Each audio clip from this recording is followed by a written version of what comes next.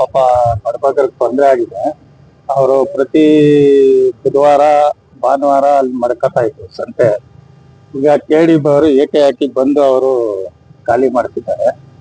ಖಾಲಿ ಮಾಡಿಸ್ಬಿಟ್ಟು ಈ ರೀತಿ ದೌರ್ಜನ್ಯ ಮಾಡಿದ್ದಾರೆ. ಅದಕ್ಕೆ ನಾವು ಈ ಪಾಪ ಅಂಗಡಿಗಳವ್ರನ್ನ ಬಿಟ್ಕೊಡಕ್ ಆಗೋದಿಲ್ಲ. ಅವರು ಬಡವರು, ಅದರಲ್ಲಿ ಜೀವನ ಮಾಡೋದು. ಅದರಿಂದ ನಾವು ಅವ್ರಿಗೆ ಸಹಾಯ ಮಾಡಬೇಕು ಅಂತ ನಮ್ಮ ಪುರಸಭೆ ವತಿಯಿಂದ ಅನ್ಕೊಂಡಿದೀವಿ. ಮತ್ತು ಕಾನೂನುಬದ್ಧವಾಗಿ ಏನಿದೆಯೋ ಅದನ್ನ ನಾವು ಮಾಡ್ತೀವಿ. ಅವ್ರಿಗೆಲ್ಲ ನಾವು PSI ಕಿಟ್ನು ಅಲಾಟ್ ಮಾಡ್ಕೊಡಕ್ಕೆ ನಾವು ವ್ಯವಸ್ಥೆ ಮಾಡ್ತೀವಿ.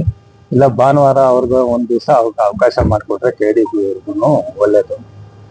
ಆ ರೀತಿ ನಾವು ಮಾತಾಡ್ಬೇಕು ಅಂತ ತೀರ್ಮಾನ ಮಾಡಿದ್ವಿ. ಸರ್, ನಿನ್ನೆ ಯಾವ್ದು ಜಮೀನು 1 ಎಕರೆ 11 ಗುಂಟೆ ಏನೋ ಇದೆ ಅಂತ, ಅದು ಗುಂತೋಪಲ್ಲಿ ಇದೆ ಅಂತ ಇವ್ರು ಹೇಳ್ತಾ ಇದ್ದಾರೆ. ಗುಂತೋಪ್ ಇಲ್ಲಿತ್ತು.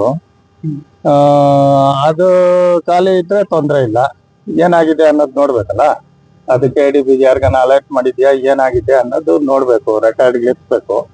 ಈಗ ಅದು ಖಾಲಿ ಇದ್ರೆ ಬೇಕಾದ್ರೆ ಕೊಡ್ಸೋಣ, ಫೈಟ್ ಮಾಡಿ.